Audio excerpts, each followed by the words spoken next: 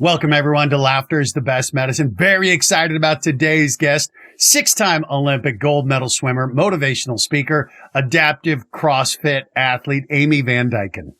Yes, I'm super excited to have Amy on today. I still can remember seeing her in the 1996 Olympics and was just blown away, Matt. She was the first American female athlete to win 4 gold medals. And what I loved most about watching her swim was her competitive spirit and just her infectious energy. You just wanted to root for her every step of the way, which is just no different now. Absolutely. And she has a huge story. In 2014, was in an accident, suffered a catastrophic spinal cord injury, has been in a wheelchair ever since, but her positive attitude has remained.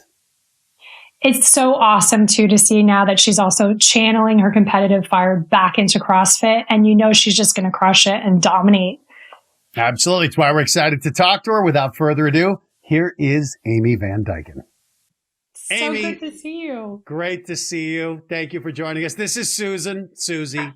Hi, Susie. Nice to meet you. You too. Sorry, I have a random dog running around the back. He's a spirited dog. He learned from his mommy, I'm sure. I always love talking to you, Amy. So obviously the podcast is called Laughter is the Best Medicine. Before we start, that's a question. When was the last time you had a really good laugh? And what was it about? Oh my gosh. Yesterday, I don't know if I should say what it was about. Me and my girlfriend, we were out to brunch, and just so happened that downtown Denver, there were some funny goings on, funny attire.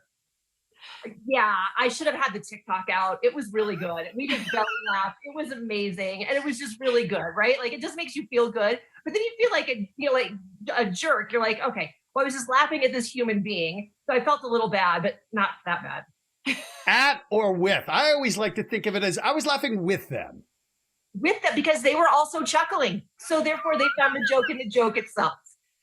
Have you always been this positive and funny, Amy? No, you know what's funny? And I don't know if Matt even knows this. When I was in high school, I was so shy. I would barely talk. It's funny because I public speak now for a living.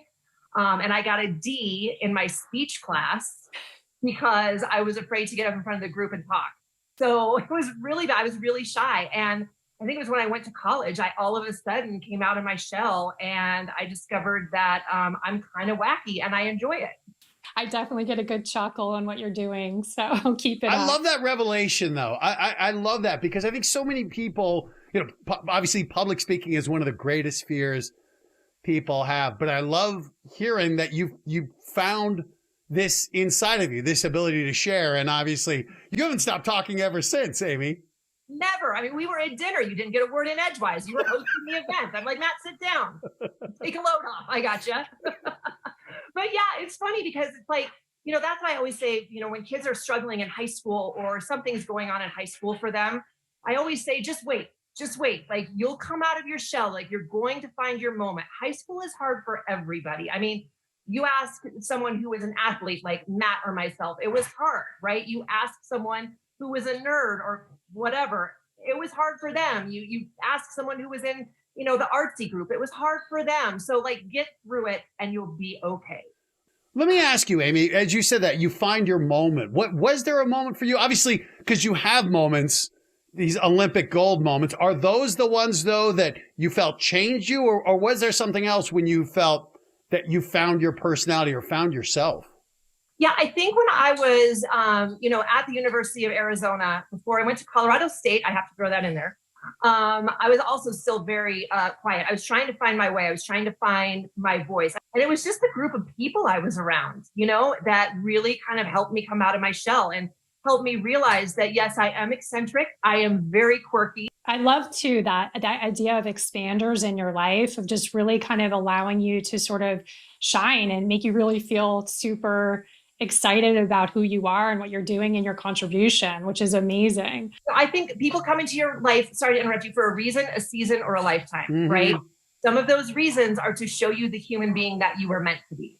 It's always interesting to me too, Amy, hearing it from you, and particularly in the sport you were in swimming, where we only see the one person in the pool. But I often talk about this on American Ninja, where you see one person on the course, but nobody does it alone. There's always a team behind them. And it's interesting for me to hear from you, especially because for those who don't know, you've had your own radio show. You're going to be broadcasting at the Olympics. You're very comfortable speaking, but hearing that it took finding your tribe, finding your friends for you to discover that part of yourself. And I love hearing that, talking about it. And I know for you, even as you talk about with CrossFit, with your husband, Tom, an athlete himself, a punter, legendary punter for the Broncos. But for you, I know people seem to be, that's a recurring theme, is really finding your people. Yeah, everybody has to find their people, and whatever it takes to find those people, I mean, if it takes getting into a different acting class or going into a different gym, and you will find them and you will know when you find them.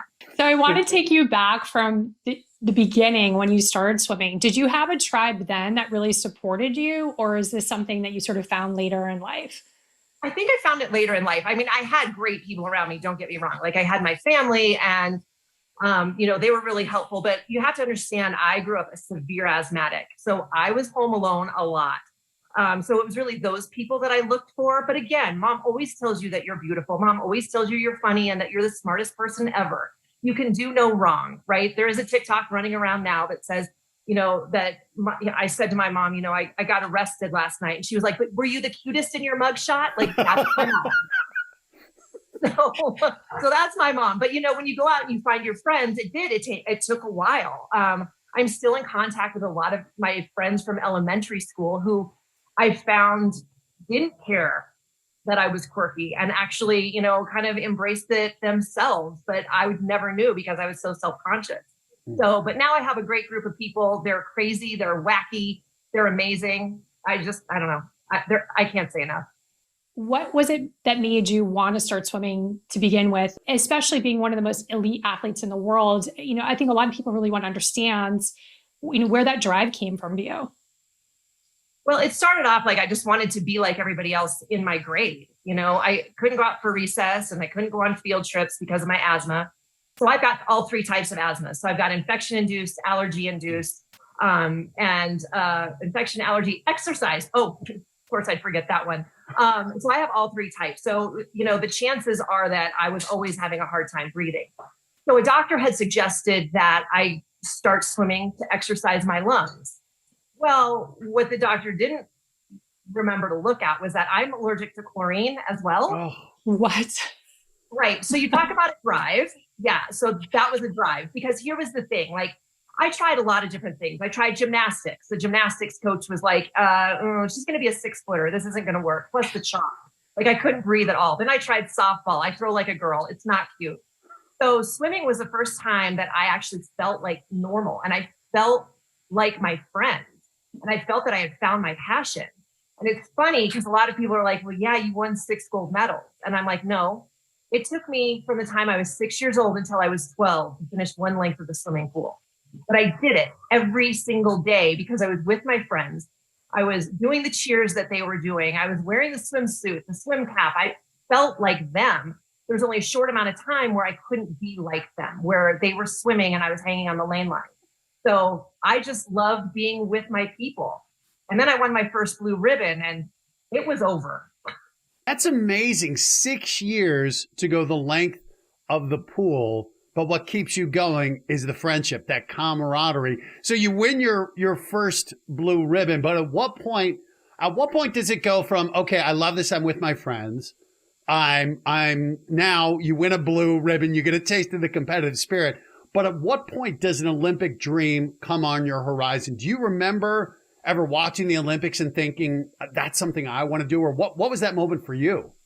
Yeah, I remember watching the 1988 Olympics in Seoul, and I watched Matt Biondi, who I thought was very handsome.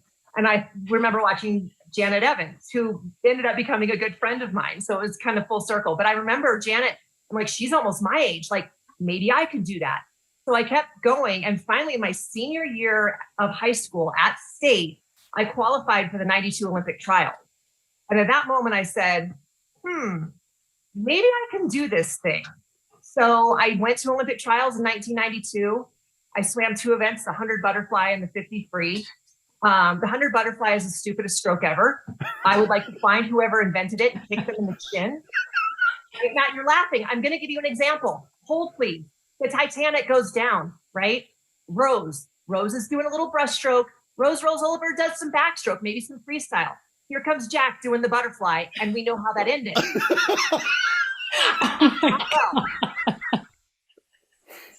Oh my God. Oh God.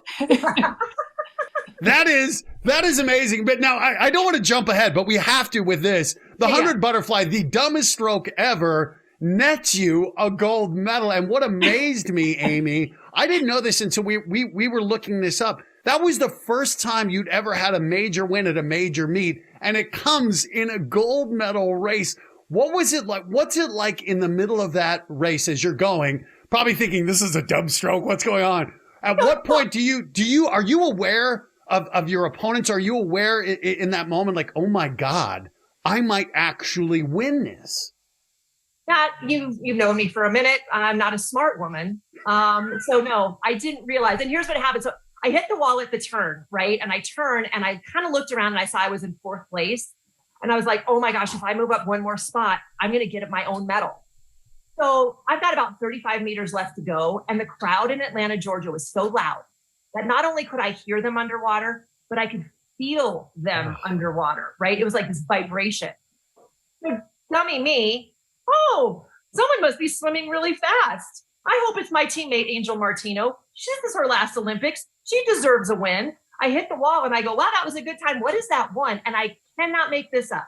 If you rewatch it, you will hear them say, the gold medal goes to Amy VanDyken from the United States of America. I screamed, what? And then I almost jumped out of the water. This is what fascinates me.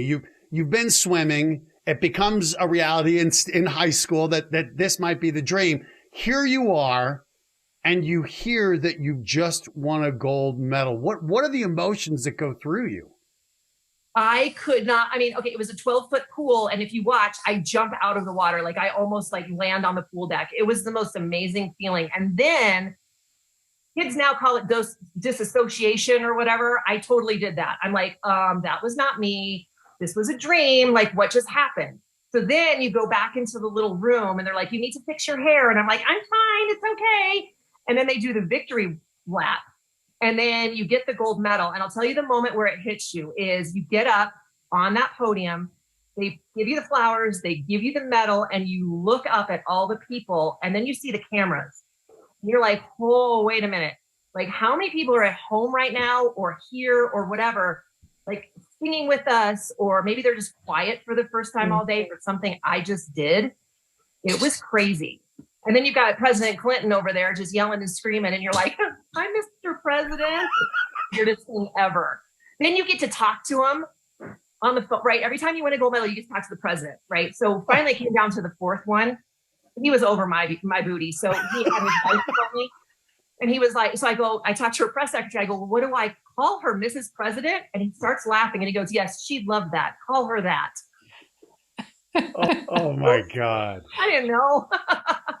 So I want to just kind of paint this picture. You go from a kid who can't swim 50 meters because your allergies are so bad, allergic to chlorine, and then you win 4 gold medals in 96. Was there a moment for you that really set in for you at the Olympics that you really understood what you accomplished? Okay, a little bit. Yeah. So I got out of my last race, which was the 50 free. And I saw my coach crying, and it was a beautiful feeling. Matt, you know these feelings. When you get your coach to cry, it's great because it's payback. Well, usually with me, they were crying for a different reason, maybe than winning a gold medal, but. Shut up, Matt. Whatever. Whatever. But I jumped up while I saw him crying. He goes, go warm down. So I'm like, I'm not warming down. That was my last race. I'm done. And so I went to the mixed zone. You know, there's like media on one side of a fence and then us on the other side. And there was a guy from Colorado, which is where I'm from. And he's like, Amy, we're going live in 30. Can I get you? I go, you know what, Ed? I am done. You can get me all you want to. Awesome. So he does this whole thing. And then he goes, well, what does it feel like to break the Olympic record?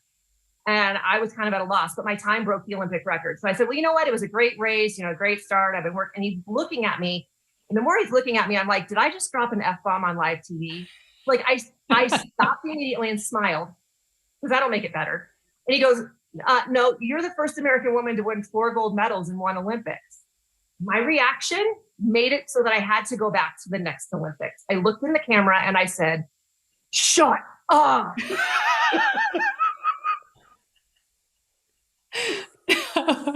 Yeah, you don't want to be remembered like that. Are you the shut up girl? Oh my God. So fast forwarding to 2000s, how is that different for you? Oh, so different. I went into 96. No one knew who I was. I went under the radar. You know, everyone was there getting pictures taken and then they didn't even care that I was there. 2000, I get there and, you know, swimming is huge out there. So they treated me like I was Charles Barkley. Like it was crazy. It was also a harder road to get there. I had 2 shoulder surgeries that were supposed to end my career, one 6 months to the day of Olympic trials. So I probably shouldn't have been there. I was older. I was engaged. So it was very different. I mean, it was so different that let me paint this picture. I had to leave early to go plan my wedding. So I am in the Sydney airport and I run into this 15-year-old dork who wouldn't leave me alone. His name is Mikey Phelps. Oh my God. And I said, Mikey, what are you doing in the airport? And he goes, oh, I got to go to my first day of high school. Why are you leaving? And I go, I got to go get married. It's so weird. So it was a very different road. Tom must love that reaction. What is it like though, Amy, when you reach the pinnacle in 96, it's almost impossible to imagine having a better Olympics. How do you then regroup and start training again for 2000? How did you reach that level again? It was hard because you know how it goes, right? You got the Wheaties box, you got the milk ad, you're doing all the things. Everybody wants you. You're on every TV show. And then all of a sudden you're 2.5 years in and you're like, I got to start training now. So it was a lot different. The training, it was sporadic at best. So it was really hard to get back to the second Olympics. And that's why I look at, you know, my friends who have made 3, 4 Olympics. And I'm like, I have so much respect for you because to get back again is so hard. It truly is. Your mindset isn't there. It's harder to train. You know exactly what you're training for. You're like, why am I doing this to myself again? But you know what? All you have to do is hear the national anthem and it kind of ends up working out. Can you let us know a little bit about what your training routine really looked like? Yeah. So let me preface this by saying my longest race was under a minute. Okay. So if you were swimming more than this, you were training more than this. Okay. I trained 6 days a week. I trained 2.5 to 3 hours in the morning, 5 to 7,000, 8,000 meters. I would go and have breakfast. I would take a quick nap. I would be in the weight room for another 1.5 hours, 2 hours, then back in the pool for another 2.5 to 3 hours for another 5 to 7,000, 8,000 meters. I had 2 weeks off a year and that counted travel. So, it was really intense. The intensity with swimming, the caloric burn is incredible. But what's it like, Amy, when for at least it sounds probably about 8 years, swimming has defined your existence, where 6 days a week you're spending your time in the pool. When you walk away from swimming, what is that like? Because, I liken this to the astronauts. They've reached the moon. When they come back, well, what's next? You reach the pinnacle, 6 gold medals. What do you do after that? How do you then find that passion in life? Because we so often hear these stories where a lot of athletes, after the spotlight fades, they don't know what to do with themselves. You landed on your feet. But what is it like when you realize I'm walking away from this? I need to turn the chapter on my life. Yeah. I mean, for me, it was easy. My body was so broken that it was just time. I couldn't do it anymore. But I can imagine where if you retire and you're like, but you know what, maybe I could have done it for another Olympics, how you would feel about that. Mm-hmm. For me, I had a great support system. I had my husband, I had my friends. And so, they never let me get too into my head anyway, never let me feel too confident about myself or relish in my accomplishments really too much. So, it was easier for me. I can imagine, and I do have friends, little Mikey, who, has been very open about that. It was very difficult. I mean, that's who you are. You are a gold medal. That's what people see you as. So right. When all of a sudden you're not that gold medal, and you go from being in Times Square on the big, huge billboards, and then all of a sudden you nobody cares. It's kind of a weird thing.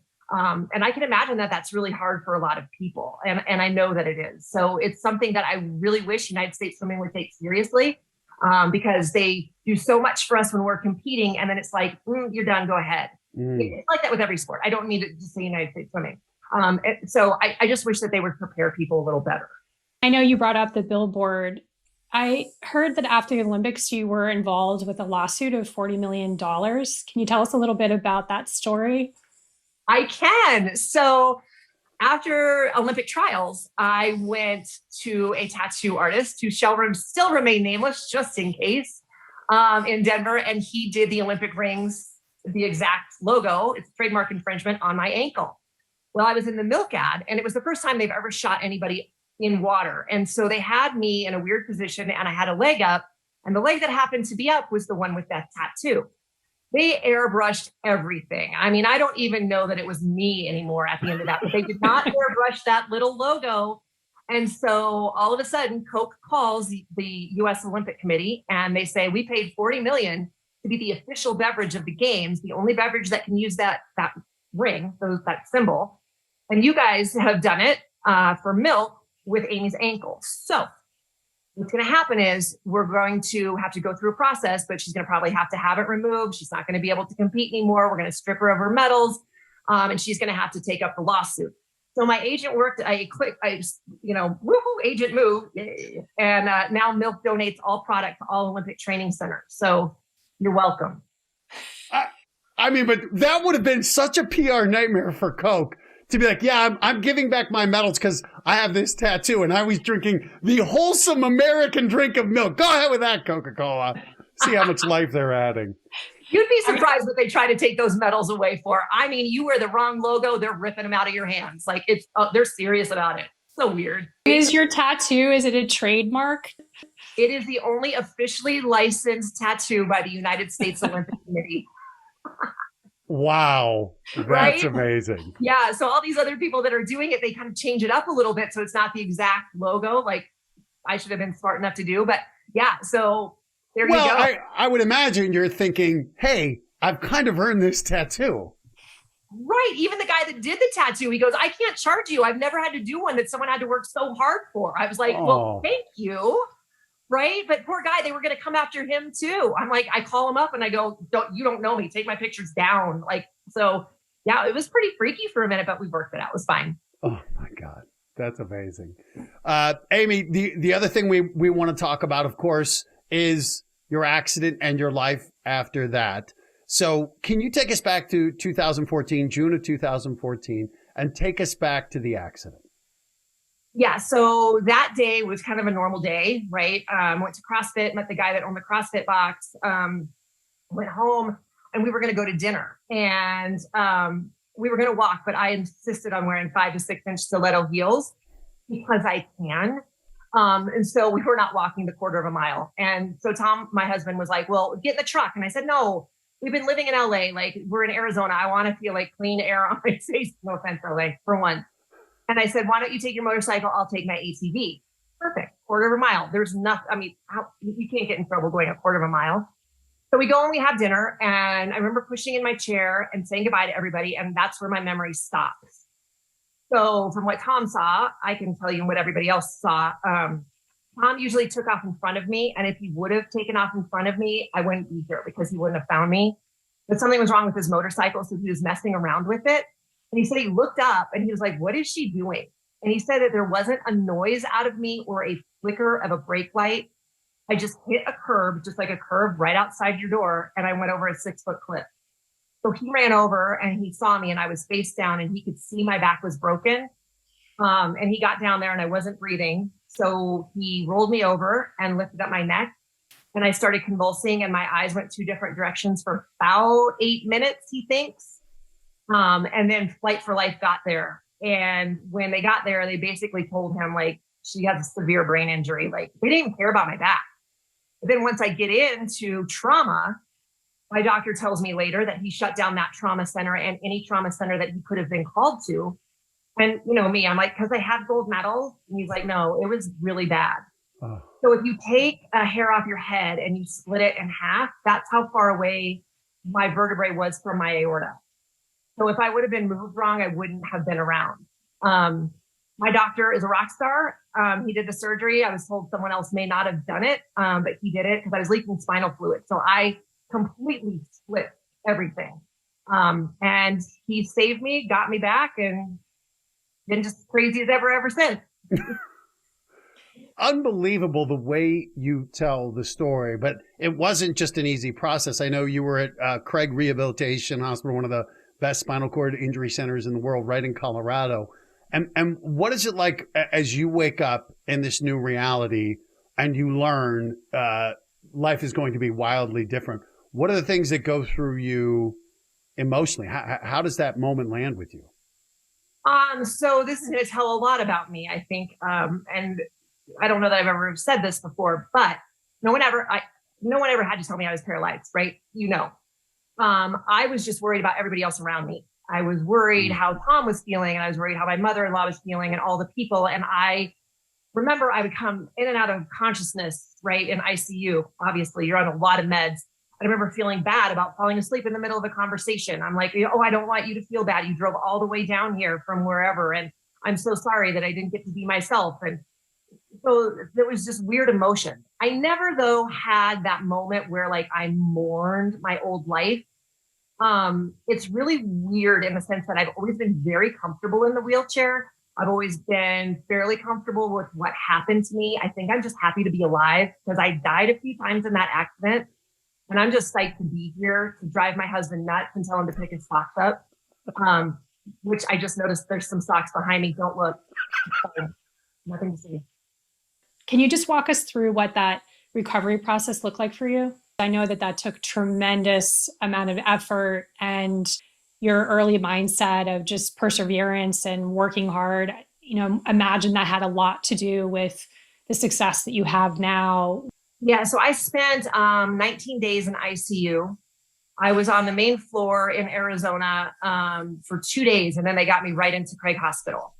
And when they do that, I mean, you are in therapy from 8 a.m. until 4 p.m. and it is rigorous. I mean, you're not just talking about learning how to push your wheelchair. You're talking about learning how to jump off a curb, how to use the ladies' room, all sorts of things. So it is really intense.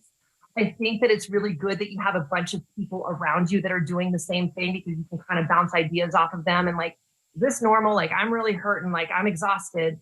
That was the hardest part for me, was the exhaustion. Like, I thought, well, I'm not using my legs anymore. Why am I so tired? But you don't realize that you're doing everything that your legs and your core and everything did with just your arm. So that was hard for me to come to terms with, that I would be more tired in my life. But you know what? I was just wanting to get home. I wanted to get home to my husband, get home to my dog. And then I always tell people who get out of the hospital is the easy part, right? Because the doors are bigger and the restrooms are set up for you and there's no carpet and there's no hills. And then all of a sudden you get into the real world and there's carpet and the doors aren't wide enough for you. And it's very frustrating. And a lot of people feel like giving up, but I knew that I couldn't for the people that were paying attention to my story. So I just pushed through. I just, like I would for 12 400-meter freestyles with 30 seconds rest. It wasn't my most fun thing to do. I absolutely hated it. But I'll tell you what, I did the best that I could every time I swam it. And that's how I felt about this, except this wasn't for a gold medal. This was to get my life back. So it was kind of a bigger prize. Wow. Your attitude, your mindset is just unbelievable, Amy, the way. And what I love is it's impossible for you not to bring humor to it, to bring this joy for life. But I know pain is a big part of life after an injury like that. How is it for you? I know managing pain has been a real challenge. How is that? What can you tell us what life is like dealing with this pain? Yeah, so pretty much I have a reprieve in the morning, which is nice with my coffee. But then around midday, it starts my belly button all the way down to my tippy toes. And on a good day, like today, it feels like pins and needles, almost like when your hand falls asleep for a really long time and you're like, is it ever going to come back? That's like what it feels like. And on a bad day, it feels like someone's ripping my skin off. So, Matt, like you, I'm on the meds and I do the treatments. I go in every 3 months and I have needles inserted into my spinal cord and I have nerves burnt and I have, anything to give you a reprieve. But Matt, you know how it goes, right? Like you've got your good days and you've got your bad days, and you know you're going to have a bad day. So when you have a good day, you make it a really, really good day. So that's how I deal with it. And, you know, when you talk about humor, I feel like I have to have humor in everything because life is too serious to not laugh at it. If you look at life, give me a break. Like, it's ridiculous. You need to laugh at it because if you don't, you'll either go crazy, you know, or you'll just, you know, fall into this rut. Laugh at things. It's fine. I know people are laughing at me. It's all good. Matt, I think we've got our next co-host too. Oh my right? God. I mean, the amount of things that make, you know, you're going to have bad days. So when you have a good day, make them a really good day. I love that sentiment about that idea of it's the positive outlook in that and embracing those good moments. And for sure, life is too serious. Laughing at it. I know that's why Susie and I wanted to do this, because we know, Amy, so many people are struggling with things. And I think hearing stories of triumph and hearing people fighting through the adversity, to me, that's why I love your story, Amy. I love your positivity about this idea of never giving up that fight. I think these are the stories, particularly now, I think that people need to hear. Yeah, I agree. We've been through some crazy stuff. I mean, seriously, if you can't laugh at what's been going on over the past year, toilet paper shortage, now toilet paper companies are in trouble. Like hand sanitizer, can't find it. Now they can't get rid of it. Like this is a joke. Like you have to just laugh at it. But I appreciate you saying that so much. It means a lot. Like I've known you since I was 14, 15. You were like 16, 17. It's ridiculous, right? And it's funny how life comes full circle and you get to connect like this again. And I just think it's really fun. And I appreciate you saying stuff like that more than like Joe Schmo at the coffee maker in my building right now, because like, you know me, you know what I mean? It's just different. And my husband still does not believe that you went to Princeton. It's because he's met me. I don't strike people as a Princeton type. No, and that's what he said. He goes, I would have gotten that from talking to you. It's so hard. Hey, I haven't basically went to college at all, quite honestly. So Amy, I want to come clean. I have been stalking your Instagram and I am a little obsessed with you because you drive a electric blue Camaro, and I am a huge muscle car fan. So have you always been into cars, and what made you get that particular car? Yes, I've always loved cars. Thank you for bringing up my baby. She's amazing. So yeah, I've always been into cars. My dad growing up had a 68 Jag that he like rebuilt and all the things. And in order for me to be able to take driver's ed, I needed to learn how to change my oil and how to change a tire. So I've always been into cars. I actually wanted to be a drag racer. And then I kind of got into open wheel and I kind of wanted to be an open wheel racer. I'm too tall for any of that, which is fine. It's fine. But yeah, the blue Camaro. So I had a black one when I got injured, and it would tick everybody off when I worked for this national sports radio show, because I would say it was a Camaro SS, and SS stands for super sexy. And it was supposed to correct me and tell me that it stood for super sport. And I said, yes, but have you seen me? It stands for 50%. So yeah, I had to, the blue or the black one, my husband thought after I got injured, right? Like get rid of it, get her a minivan, or what? He got me an SUV. It was like a mom mobile. So I called a friend of mine up a few years ago and I'm like, listen, I know you got a Chevy dealership. Here's the car I want. Can you get it in? And he's like, absolutely. I told Tom, I said, you got me a new car. Thank you. You can go pick it up tomorrow. There we got her. Does she have a name? She doesn't yet. No, but she's so beautiful. Oh, I love her so much. It's awesome. So what car do you drive if you're into muscle cars? I am not. I have this fantasy. Matt knows that I actually want an old Oldsmobile with like white pinstripes. That's how I want to go with the electric blue all the way. So right now I kind of have a little bit, I have a truck, so it's not as sexy, but I've been really thinking about it right now. So you've got me really excited. On the other hand, I had a 1973 pea green Chevy Nova when I was at Creek, and I was drag racing it and I crashed it 5 times. And that's when I realized I need to stick to mom mobiles. I need to stick to SUVs because I'm just an irresponsible driver still. Well, I remember you guys. You guys were crazy driving out of that parking lot. Like, I was like, oh my gosh, look at all the seniors go. Too much testosterone trying to impress the cute girls back at Creek, and that clearly, is absolutely correct, and it was fun to watch. Amy, one of the other things I love is teachable moments, and this is something you've started online, and it's where you are educating people about being aware of people with spinal cord injuries. How did this come about? So it came about because I got tired of UPS and FedEx and, the Postal Service, and I'm going to call them out here too. Got tired of them parking in the handicap spots. So I started taking pictures and calling them out. And then people were like, well, where else are they supposed to pull up? And I'm like, well, do we really not know this? Like, okay. I did something else online and it was the same thing. Like if people had so many questions, and I'm like, you know what? You're right. I didn't know this before I got injured. So let's go ahead. And I don't think that people are inherently jerks. I truly don't. I think people are good at the core. And I think that they really want to be helpful. But I think that sometimes they want to be so unoffensive that they're offensive, if that makes sense. And they just don't know it. So I wanted to teach people because we don't know what we don't know. And so I just started going through different things.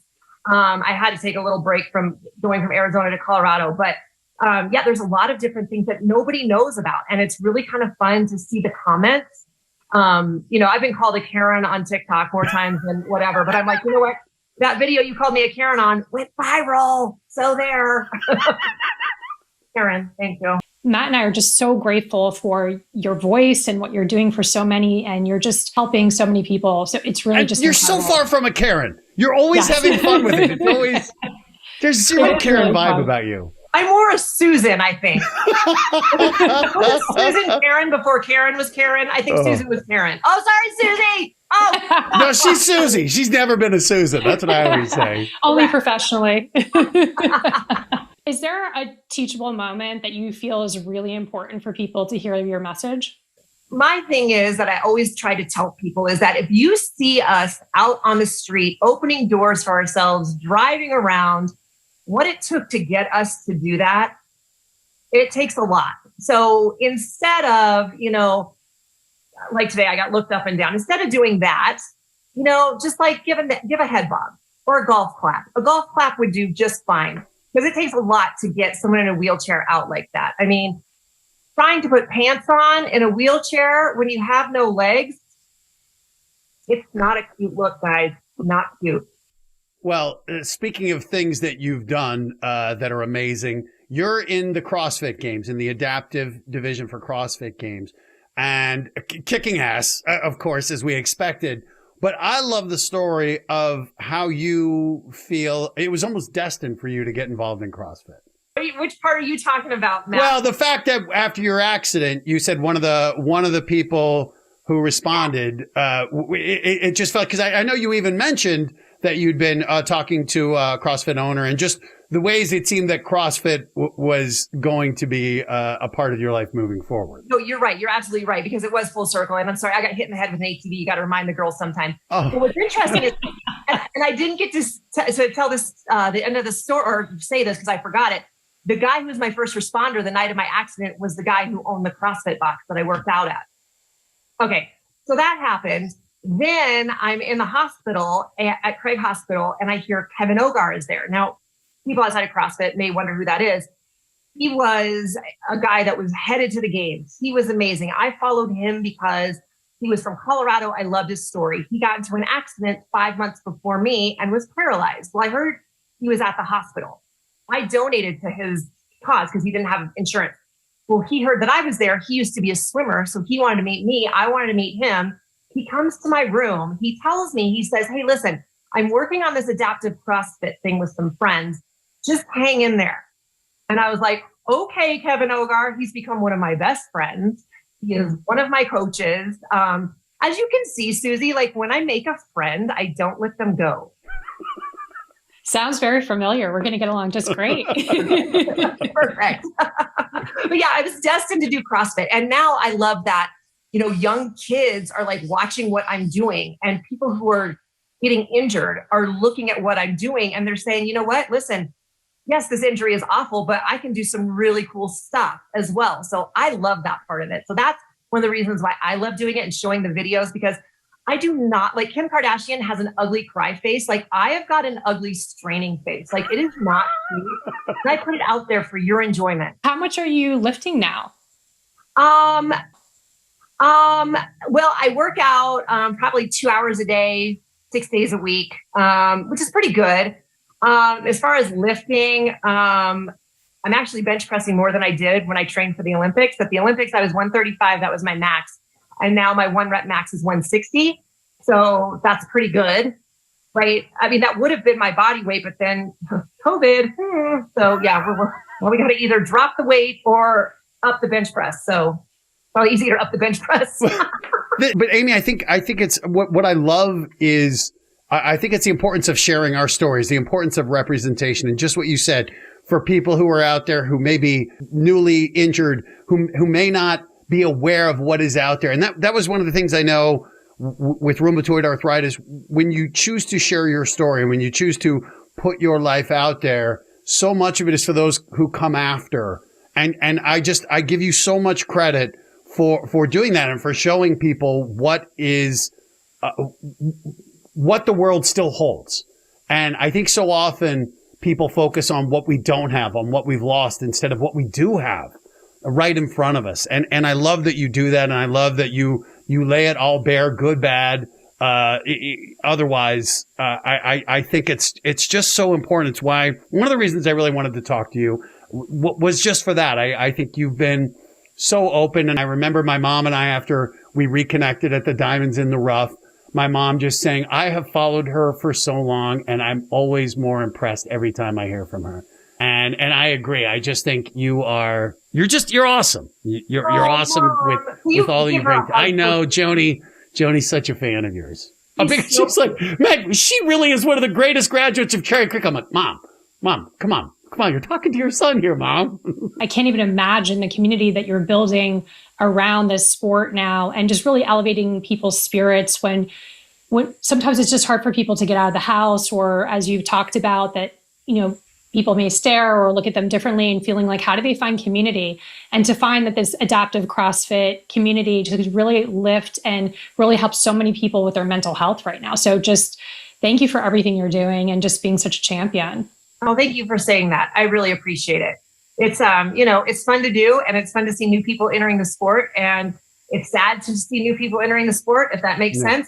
Sure. But you know what? Listen, we're a club that you don't want to be a part of, but once you are our people, and we will take good care of you. So, I find your people. Cool. Find your people. That's right. Speaking of finding your people, I know you're going to be doing stuff with the Olympics. Is that right? I am. Yes. So talking about swimming. So let's talk about that with this Olympics. What goes to your mind as you think of the athletes preparing for it, and this first time the games have ever been postponed, whether there's even going to be an audience? What do you think is going to be different for these athletes than your Olympic experience? Everything, literally everything. Back in my day, we had to be gender tested. That was one time. And then we had a card that said that we were biologically a female. Okay, that's a cotton swab. They're going to have to get a cotton swab up their nose like all the time. They're going to have a card that says I'm COVID negative. Again, there's not going to be as many people in the stands. They may not be able to have their friends and family there. It's going to be completely different. And my heart breaks for those whose last games or first games this is, because it's not going to be the Olympic experience that we're used to. However, it is the Olympics. You are still on the biggest stage in the world, and you've got to show up. And I know that our Americans will. They are ready to rock and roll. I'll be at Olympic trials in just about 12 days, cheering them on. So, you know what? Our people will be ready. Athletes, Matt, very resilient. Oh. They'll be able to get through it. There's still talk that they may not have the games. So that's what's going through these athletes' minds. Are we going to not have games, period? So for the first timers, that stinks. And for my friend Ryan Lochte, that stinks, because he's pushing it to see how far he can go. He needs one Olympics without that Michael Phelps guy. Come on. Who are you rooting for in the trials? So I'm bummed that I won't actually be, and you guys know how this goes, I won't actually be in Tokyo, which really bummed me out because something awesome is going to happen. I was the first American woman to win 4 gold medals in one Olympics. There will be the first American woman to win 5 gold medals in one Olympics. Katie Ledecky is going to do it. I also feel that her teammate Simone Manuel, who is a sprinter, good girl, I think she's going to do it as well. So, and then of course, you've got Gabby, who will probably do it as well. So it will be broken a few times in this games. So I will be sad that I won't be there in person, but I will be there in spirit and I will be yelling through my microphone. Amy, this is one of the things that I've always been curious about. So here you are at the Olympics, right? And you've got this one race. It's the finals. All your work, a lifetime's worth of work, comes down to, for most Olympians, one race. How do you handle that pressure? What are you saying to yourself as you're sitting there in the minute right before you race? Is there a song going through your head? Is there a mantra? Is there something that you got yourself up to deliver the performance of a lifetime with truly the biggest spotlight, the world's biggest stage, to handle that pressure? How do you prepare for that moment? I took my mind off of it, right? So I would listen to music and I listened to heavy metal. So there you go. I'm not listening to anything else. I would try to play mind games with my fellow competitors because if they're worried about me, they're not worried about their race. Trash talk, or what does that entail? Maybe sometimes. Not really trash talk. So in 96, I'm getting ready for the 50 free. And we have to sit in a row and then you move up as, you're getting ready to go. And, we have big shoulders as swimmers. And I'm rubbing the shoulders of these women that I'm about ready to beat the heart and soul out of for a gold medal, right? And I'm like, why? So the girl next to me had the world record in the event and she had won an event earlier in the meet. So I figured she'd know, right? So I took my chair and I spun it around. I go to sit down in front of her to talk to her. And I realized that I don't speak Chinese. And I knew she didn't speak English. Well, now I'm stuck. Because I don't want to be that dork in high school that's like, never mind. So I just sat there for 30 minutes and just stared at her. Is that where the spitting came, that you were spitting in the lanes of your opponent? So that came in high school. I did that after watching my boyfriend, Matt Biondi, do it. And I did it in high school and I won my first race. And I'm like, yeah, I'm doing this. So it was a good luck thing, but it also really upset a lot of people. So I kept doing it. So yeah, I got behind the blocks. I, used to be able to slap my lats on my triceps. And so not many women could do that. And so I would start doing that. I'd have people staring at me. I'd be grunting. I'd be doing all sorts of things because I'm trying to get you off your game. You think about how crazy I am. And I would always come up with new things to do so that it would still throw everybody off. But that's how I did it. I love this. When the gun went off, the very last thing that went through my head was, it's yours. Go get it. Go get it. I want to run through a brick wall right now. Didn't they call the person that you competed against in butterfly the .001, or was that her nickname for a while afterwards? So that made a difference for you, right? It did. And the fact that I got every hair on my legs off, because that is so important. But yeah, they called her .01 and they still do. .01 because I beat her by 0.01 second. And out of my two in 96, my 2 individual gold medals were won by a total of 2/100ths of a second. Three. Because one was 1 and the other one was 2. So yeah, 3/100ths of a second. How about that? It really shows with the mindset of how much difference that can make of just that tiny amount of between a gold and a silver. And what you really have. It's nuts. And it goes from, getting all the accolades to, not as much. So yeah, it can be heartbreaking or it can be amazing. So you obviously had one experience, the 6-time Golden Girl. Did you see some friends who came up short and struggled because of that? Yeah, I actually had friends that got 3rd at Olympic trials and they only take the top 2. Oh. And it destroyed them. Like it really was hard for them to bounce back, not just in swimming, but personally. I mean, that's a big deal. To come so close and to fall so short is so hard for so many people. when you look at it and you go, listen, you are one of how many people in the world that are here right now. Like that in and of itself is an accomplishment. And I really wish that, we focused more on that, not so much the medals and the times and the accolades, which is really cool. Like don't get it twisted. It's pretty cool. But, when you've got people who are there and, okay, there was a guy there in 2000 and he was from a country that didn't have a swimming pool. So he would swim with crocodile infested waters.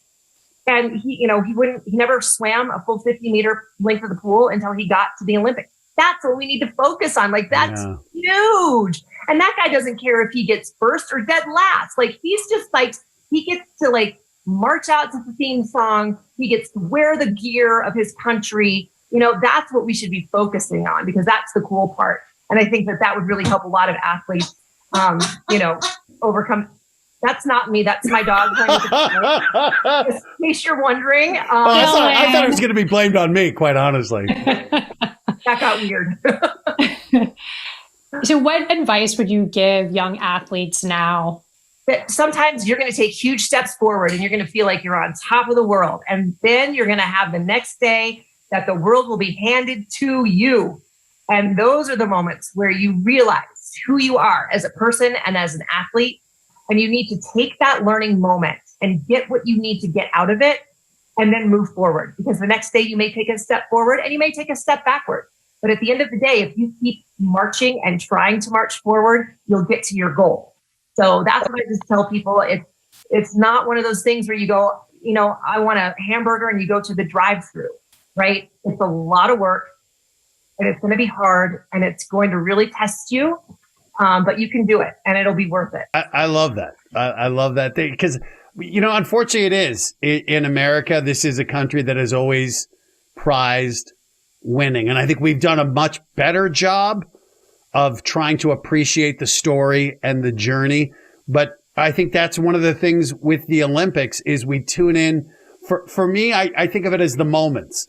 And the moment, Susie and I were talking about this before you came on, the moment I loved, and you kind of described it, but your smile after you hit the wall and you turn and you look and you realize what happened, the look of genuine joy on your face. I think this was the 50 free. Just that look of, wow, that to imagine that moment. I think that's why we watch the Olympics, is to see somebody have the moment of a lifetime for all the work to pay off and see it in the pool. And I will never tire of seeing these, particularly because, again, you're so young. These athletes are so young at the Olympics. To see them having a moment like that in the pressure, I think it's one of those. It's the reasons we love sports. Yeah, absolutely. And people need to understand that those awesome moments don't necessarily come with a world record or a gold medal. They come in all sorts of different ways. And so if your path is to not get a gold medal, make sure you have your moment and make sure that you understand that it is your moment, because every person's moment is different. My favorite moment was when you cramped in your first race, because I was like, oh my gosh, come on, and Sports Illustrated was saying you were going to come in fourth, and I was just rooting you on the whole way, but you getting yourself up when so many people were sort of downing and then coming back and just killing it. Even now, just even thinking about, I can remember seeing that. So just what that was for you to kind of get yourself to that next place and say, I'm coming for everyone and I'm going to get gold. Yeah, well, that moment was a lot more than I think what people got to see. It was definitely a character builder for me because I had gotten fourth. And in that moment, I felt like I let myself and my country down, right? Because we don't send people to the Olympics to get fourth place. You got to come home with something.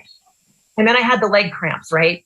And I went back to my room and there was discussion within the Olympic coaches of sending me home because it wasn't my Olympics. So that whole event and what happened afterwards was even more special to me, because I remember looking at the head coach and his swimmer would have been the one that took my spot. So there was a little politics in there, I'm sure. Mm-hmm. I remember looking at him going, you know what? I appreciate your concern. I have 4 more races. If I mess up again, let's go ahead and we'll have a conversation. But until then, I'm going to go ahead and swim. So the next night was a relay. I had to swim the same event that I swam that night before. I went the fastest split in history. So don't tell people to go home when you're not sure that they should go home, because you might have just lit a fire under their booty that you're not ready for. Did the coach eventually say, "Oh no, that was my plan all along, Amy. I knew you needed a fire lit under that caboose"? I'm sure he tried to take credit for it. Coach Matt, No. you know the coaches who are the ones that will say that. He was not that man. Oh. God bless him. God rest his soul. No, never. But what did that feel like for you? That validation of, I mean, because it sounds like for you there was no doubt. But did doubts creep in, or was there a part of you going, "Oh my God, maybe he's right," or was it just nope, 100%? I'm an animal. I got this. Yeah, I was like, listen, there's a reason that I'm swimming 5 events here, and so the first one didn't go as planned. That's fine. I mean, it was the first race in the Olympics. Like, give me a break. I've never been at a stage this big, and I knew that great things were going to happen. I didn't know what it was. I didn't know if I was going to get a Dairy Queen participation ribbon or what was going to happen, but I knew something was going to happen. So I just needed people to be patient with me. It takes me longer than others, Matt. Come on. So you're going to be going to the Olympics, broadcasting. You're doing the CrossFit Games. What else? What else is on the agenda, Amy, for you? I'm just going to have an awesome summer. Getting back up to the speaking gigs again, which is so fun. I love doing it.